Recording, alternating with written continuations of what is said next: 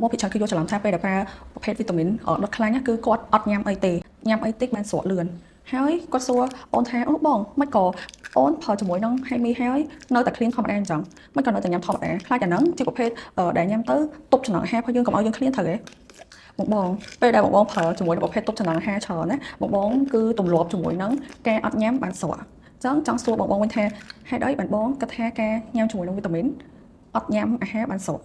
ខ្លាចអានឹងជាវីតាមីនដុតខ្លាញ់ត្រូវទេហេតុអីបានអត់ញ៉ាំបានស្រកវិញហើយមីគឺដុតខ្លាញ់បងអត់មានថាដុតខ្លាញ់ប៉ុន្តែជាប្រភេទទប់ចំណងអាហារធ្វើឲ្យភ្ញៀវគាត់មានអារម្មណ៍ថាអត់ឃ្លានអត់ញ៉ាំអីអត់ទេញ៉ាំហើយអត់ញ៉ាំអីគឺស្រកយឺតប៉ុន្តែបើសិនជាបងញ៉ាំអាហារបានគ្រប់គ្រាន់គេងបានច្រើនវិញណាចាគឺស្រកកាន់តែលឿនមកអូននិយាយពី feedback ភ្ញៀវអូនម្នាក់មួយអាទិត្យគាត់ស្រក5គីឡូបងក៏ប្រើមួយអាទិត្យគាត់ស្រក5គីឡូបងអូនគាត់ស្រក5គីឡូហ្នឹងបងដោយសារតែគាត់ធ្លាប់ប្រើប្រភេទសម្រកច្រើនគឺគេប្រាប់គាត់ថាបើសិនជាគាត់ញ៉ាំប្រភេទដុតខ្លាញ់ត្រូវតែចាញ៉ាំតិចតួចឬក៏តមអាហារខ្លាំងហ្មងបានស្រក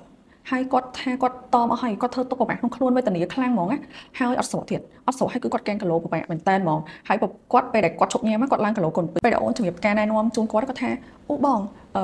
ខ្ញុំអត់ហ៊ានញ៉ាំផងដោយសារតែពេលគាត់ប្រើហ្នឹងគឺគាត់អត់ហ៊ានញ៉ាំទេមកនឹងមកទេពេលដែលគាត់អត់ញ៉ាំគឺគាត់វេទនាខ្លាំងហ្មងគឺគាត់ធ្វើទុកធីងថោគាត់គាត់ថាអូយមិនបានគាត់អត់ញ៉ាំអីគាត់ទៅជាឃ្លានខ្លាំងម៉េះហើយរបៀបថាគាត់រមួលពោះរបៀបដូចមនុស្សយើងអត់ញ៉ាំអីហើយឃ្លានហើយយើងធ្វើការច្រើនអញ្ចឹងហ៎បងចាអញ្ចឹងគឺគាត់សាក់មកធ្វើជាមួយនឹងការណែនាំផងអូនចាបងមួយអាទិត្យគាត់ស្រក5គីឡូញ៉ាំបានមួយថ្ងៃ3ពេលធម្មតាគេធម្មតាឃើញទេបងអ្វីដែលអូនចង់បញ្ជាក់គឺត្រង់កន្លែងហ្នឹងបងមិនបានន័យថាពេលដែលអ្នកលក់ប្រាប់បងថាជាប្រភេទវីតាមីនដុតខ្លាញ់ប៉ុន្តែវាជាវីតាមីនដុតខ្លាញ់ណាបងអញ្ចឹងពេលដែលអូនប្រាប់ថាវីតាមីនដុតខ្លាញ់បងលេងជឿ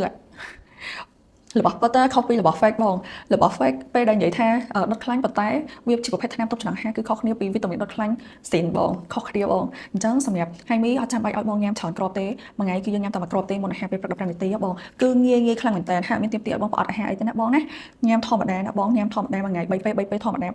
បងញ៉ាំកាន់តែច្រើនបងស្រកកាន់តែលឿនអត់កុហកអីបងចាអ្នកលក់ណែមតើអ្នកលក់នេះគឺថាដោយសារធ្លាប់ប្រើខ្លួនឯងធ្លាប់ធាត់គឺធ្លាប់យល់អារម្មណ៍ហ្នឹងចាអញ្ចឹងហើយអត់មានត្រូវបោកភ្លាវទេចាអូនលក់មកជាមួយហៃមីនេះហ៎បងអូនលក់មក5ឆ្នាំហើយណាបងទាំងឆ្នាំនេះហ៎ចាគឺជួយភ្ញៀវសឹងអូនហ៊ាននិយាយថាភ្ញៀវរាប់ម៉ឺននាក់ហើយដែលស្រកឲ្យតែធ្វើតាមការណែនាំអូនអញ្ចឹងបាត់ពិសោធន៍អូនណា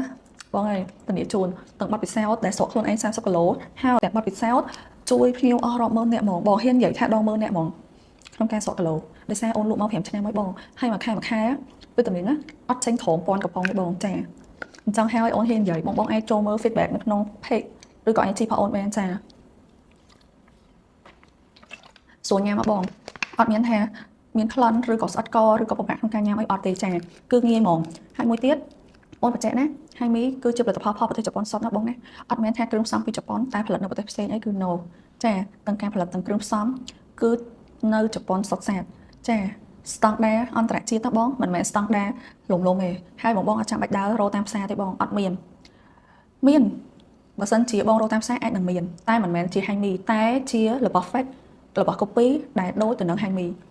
ខុសគ្នាបងណាចង់បងចំណាំណាហៃមីណាហៃមីកំប៉ុងពណ៌កាជុកស្រាលក្របពណ៌កាជុកដិត